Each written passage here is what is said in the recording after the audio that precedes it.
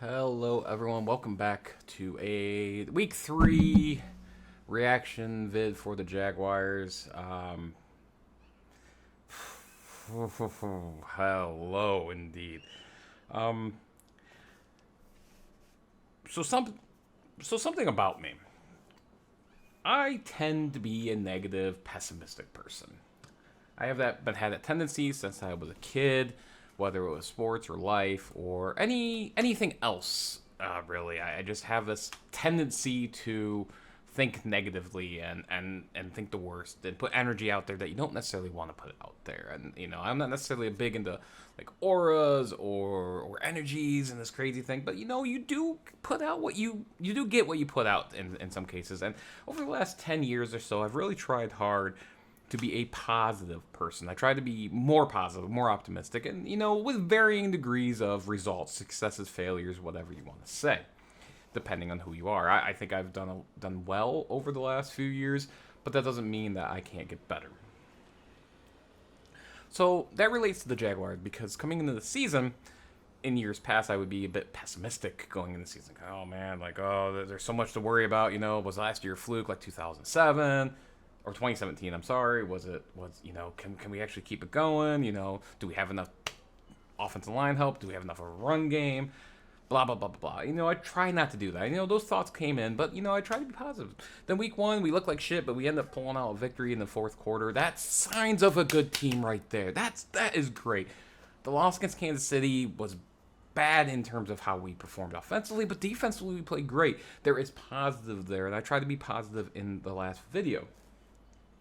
So this video, I'm going to start with the positives. And I'm done. But first, let's give credit where credit's due with the Houston Texans. C.J. Stroud is legit, folks. I mean, he's really, really good. I was a little surprised. I didn't think he would have this type of success in the NFL this early. I thought he would struggle a bit, especially going to Houston and a team with 6 offensive linemen on IR. We'll get to that.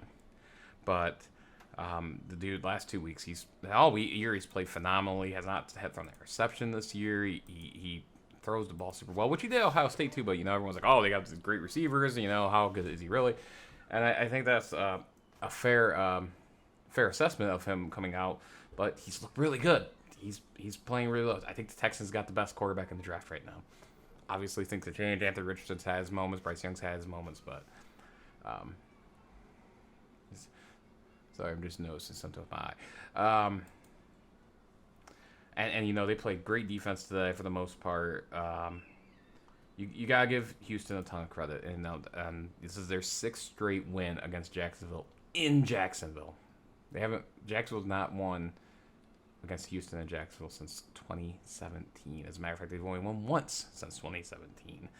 After that season, so 2018 onward, they've only won once. And that was late in last year in Houston. So,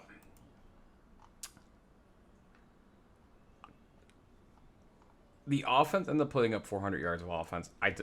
A lot of that's an incredible garbage time. This team could not get out of their own damn way if they tried.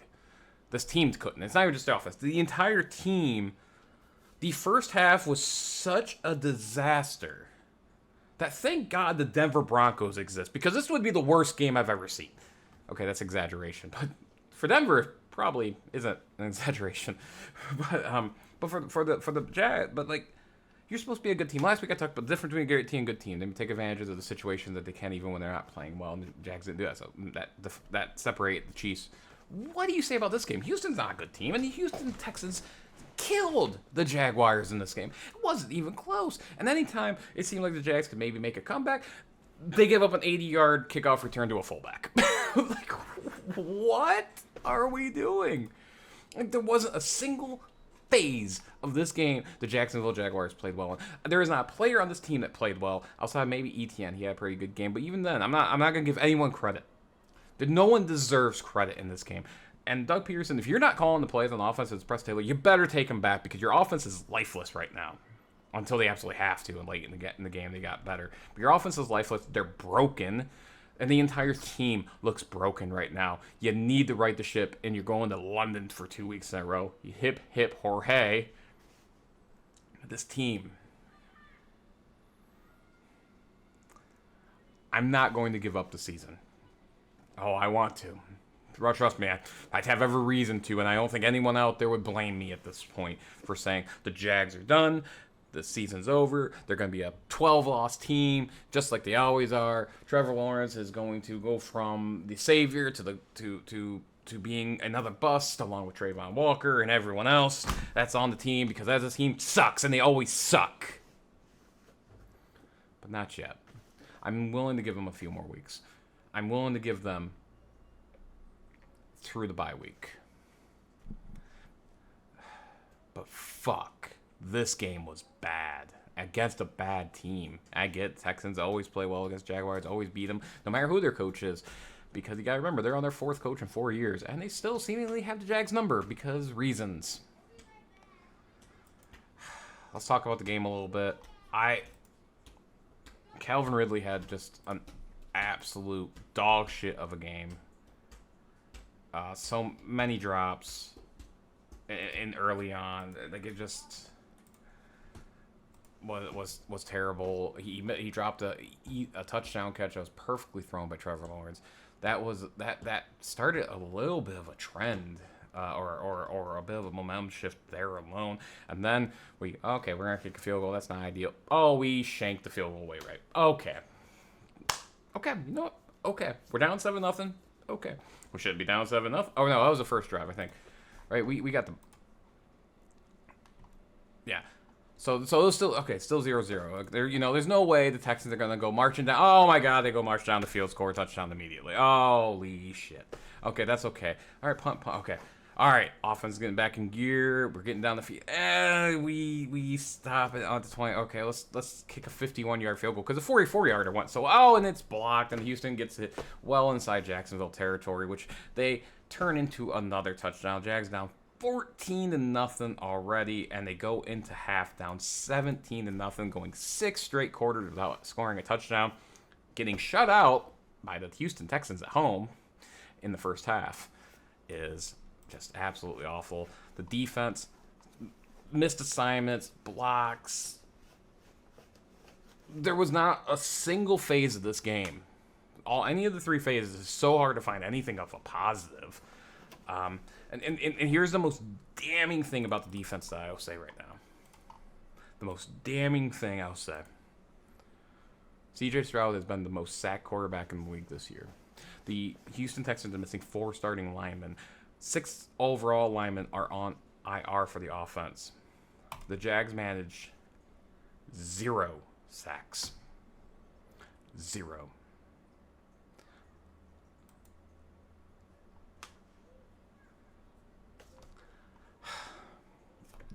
Make with that what you will, because I'm trying to figure this out.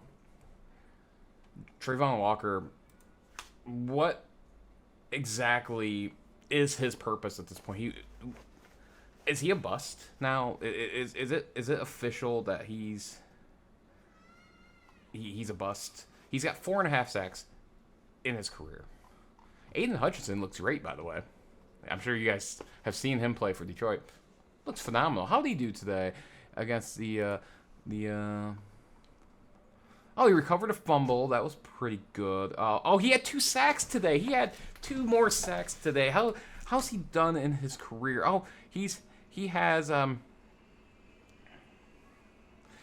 Actually, he has not had a sack up until today, but he had 2, and he's played great, and he's been a force. Trayvon Walker has not been a force. He has been a dud. Josh Allen is a dud. But he had that great week 1 where he had 3 sacks and blah, blah, blah, and he helped change the game, and he did. The problem is you don't get that every week. You don't get that. You get that twice in a year. He hasn't had sacks since.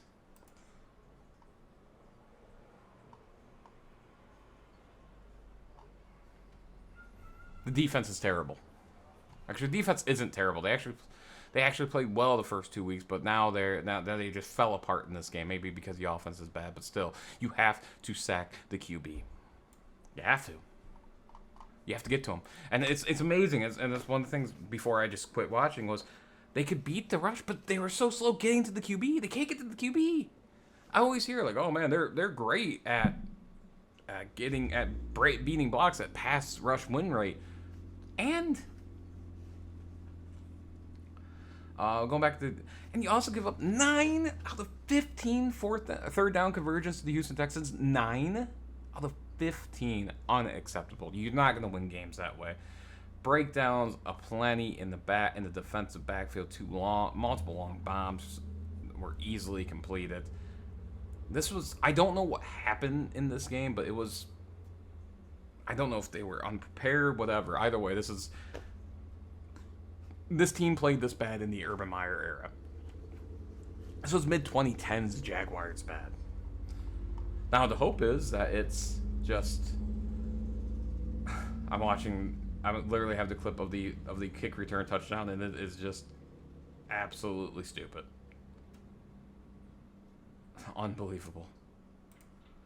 Like, what do you do? Like, is this fixable? I don't know if this is fixable. I mean, they're not going to play this bad every week. I agree with that, but is it fixable? Is the problem with the team fixable at this point? I'm not convinced of that. I don't think the offensive line's bad. Now, granted, we didn't give up a sack today, and we actually rushed the ball fairly well. We had 116 rushing yards, ETN at 19 for 88. We're correct, but we gave up 145 yards of Tank Dell in the receiving on 5 catches. Oh, what do you make of that? What should I make of that? You got crushed by a bad football team, by an awful football team. You had drops aplenty. Your special teams, you gave up a blocked field goal. You missed a field goal. You missed 2 field goals, not even one. Oh yeah, you missed a field goal. You had a blocked field goal. You gave up a kick return for TD. Well, how does this happen? And that kick return TD was a backbreaker because the Jags had started getting into a venom, got a 1-score game, and it just seemed like it all went to hell after. I mean, more hell because it was already hell at that point. So, I'll say it this way. I'm not willing to give up the season yet.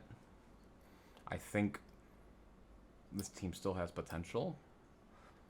Not Super Bowl caliber, not even anywhere close to that. And whoever thought that preseason is an idiot. And I was not one of them people. I thought we were a tier below the top 3 in the AFC. Now we're probably at best mid-pack, but right now, if you want to say we're at the bottom, fair. I'm not even going to argue with you. We look like it. Offensively, we're broke. We are broken offensively. We had a bad game defensively, and the special teams was atrocious. Which is amazing that all 3 phases could play so poorly in one single game that you can't even find a real positive.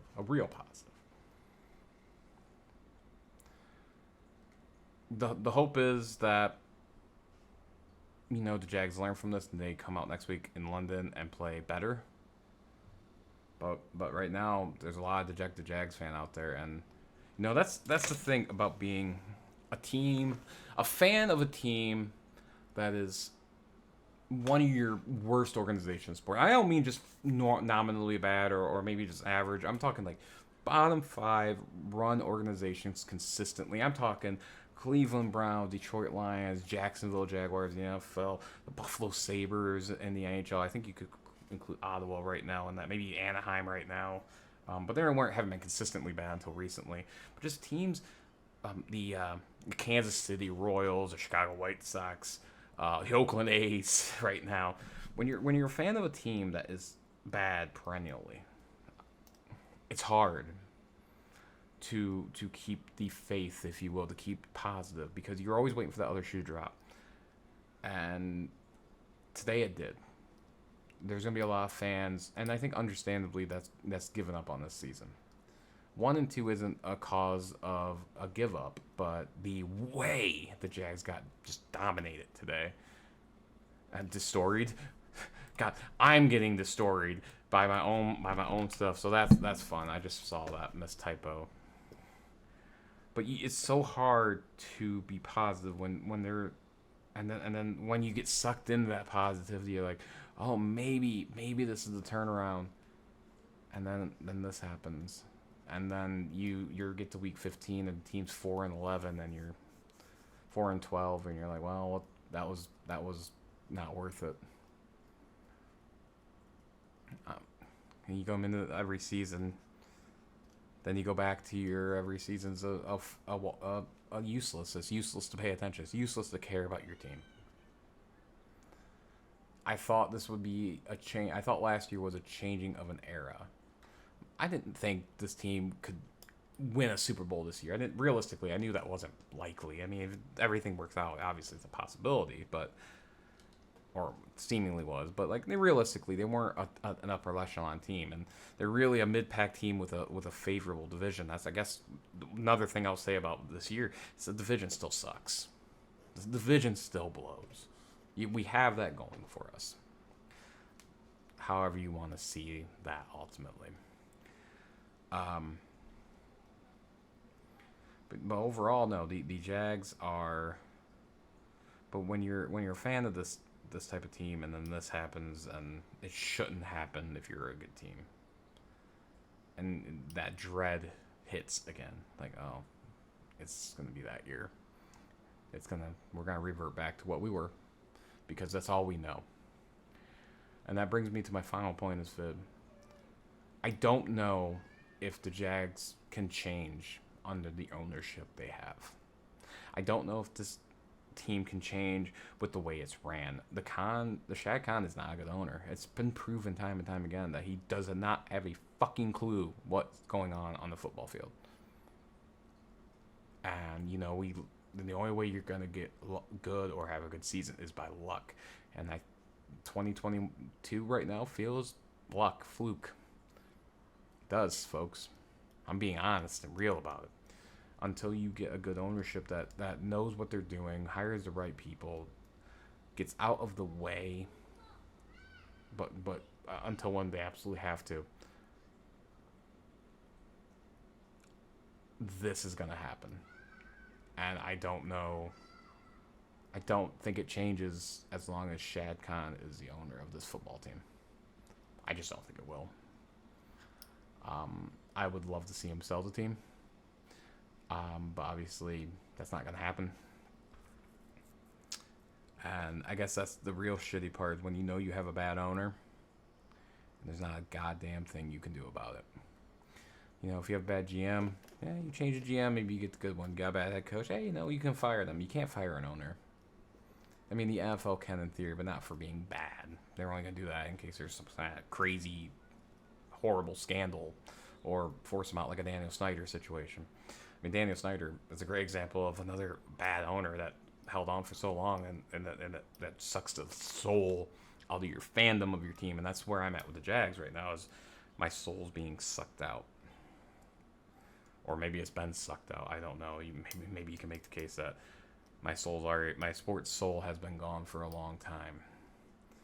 And last year gave me some reprieve to that, and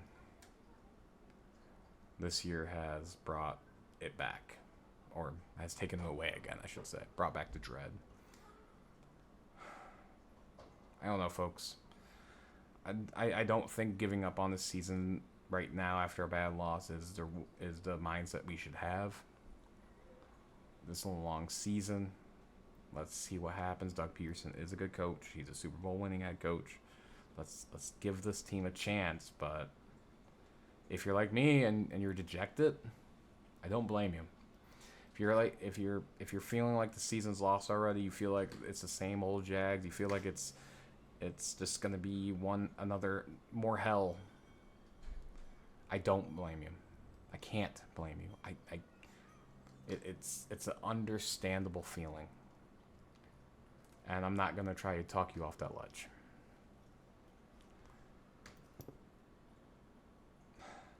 Go Jags, I guess. That's it for this reaction video. I hope to see you next week for week 4. Hopefully a more positive one. Maybe we'll look back on this one day and just say, you know what? I was wrong again. I can only hope. Until next time, everybody. Deuces.